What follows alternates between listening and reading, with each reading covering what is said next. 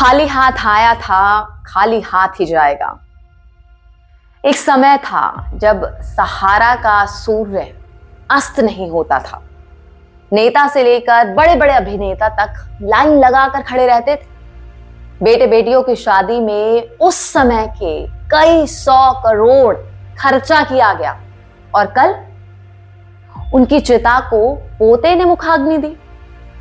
दोनों बेटों में से कोई बेटा नहीं पहुंचा, पत्नी के साथ सिर्फ पोता पहुंचा। और देखिए, इसके बाद अब लाखों निवेशकों के मन में बस एक ही सवाल उठ रहा है कि भाई अब उनके पैसों का क्या होगा? क्या सहारा में फंसा पैसा उन्हें मिल पाएगा या फिर डूब जाएगा? तो दोस्तों, आज की इस वीडियो में मैं आपके सारे सवालों का जवाब देने की कोशिश करूंगी। अगर कोई सवाल आपका रह जाता है तो मुझे आप कमेंट करके पूछ सकते हैं। मैं कोशिश करूंगी कि आपको सही जवाब मिल जाए। तो चलिए शुरू करते हैं। तो सबसे पहले जानिए कि सुब्रता रॉय का जो परिवार है वो आखिर कहाँ है। तो बता दूं आपको कि सुब्रता रॉय के 2 बेटे हैं, दोनों की शादियां हो गई हैं। बहुत कम लोगों को ये मालूम होगा कि सहारा श्री सुब्रता रॉय की पत्नी स्वप्ना रॉय और जो बेटे सुशांत रॉय हैं, इन्होंने भारत की नागरिकता छोड़ दी है। जी हाँ, भारत की नागरिकता को छोड़कर इन्होंने बाल्कन देश मैसेडोनिया की नागरिकता ले ली है। क्यों ली है?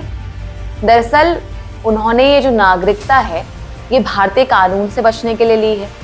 क्योंकि सहारा श्री के खिलाफ निवेशकों का पैसा ना लौटाने को लेकर कई मामले चल रहे थे, तो ऐसे में उनके परिवार के सदस्यों ने दूसरे देश की नागरिकता लेकर खुद को भारतीय कानून से दूर करने की कोशिश की थी।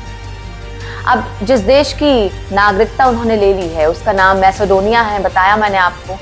और ये जो देश है ये दक्षिण पूर्वी यूरोप में एक देश है। ये एक नया देश है और ये जो देश है ये निवेश के लिए लोगों को नागरिकता प्रदान करता है। कोई भी नागरिक जो मैसेडोनिया की नागरिकता लेना चाहता है उसे बस 4 लाख यूरो के निवेश करने की घोषणा करनी होती है और 10 जो स्थानीय लोग होते हैं उनको नौकरी देनी होती है। और ऐसा करने से उसे मैसेडोनिया की नागरिकता जो है वो बहुत आसानी से मिल जाती है।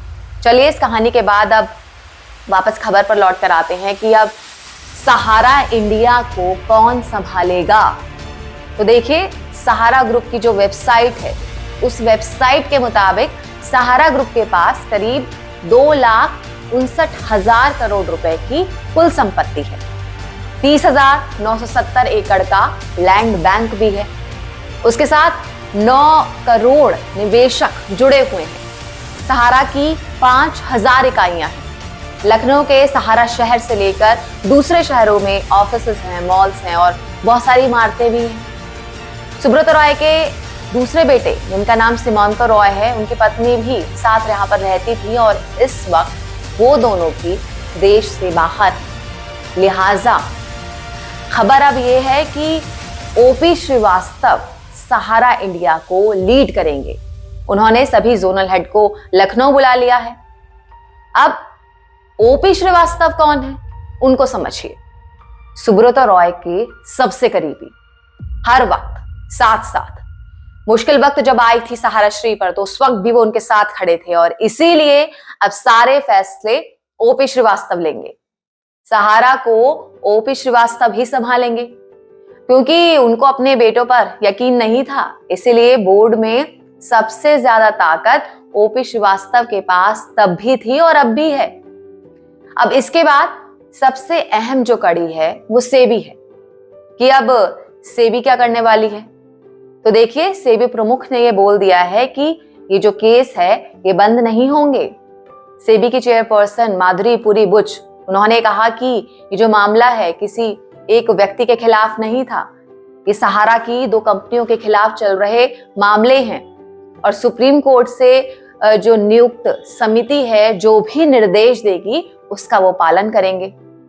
अब इस पूरे खेल को आसान भाषा में आप कुछ इस तरह से समझ लीजिए कि आपके पैसे कब और कैसे मिलेंगे उस पर संशय तो बना हुआ है, लेकिन एक बात यह है कि पैसे डूबेंगे नहीं।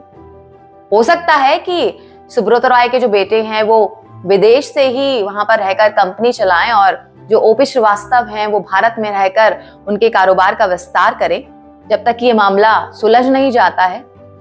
तो इस सब के बाद देखिए, अब आप ये उम्मीद कर सकते हैं कि आपके पैसे आपको मिल सकते हैं।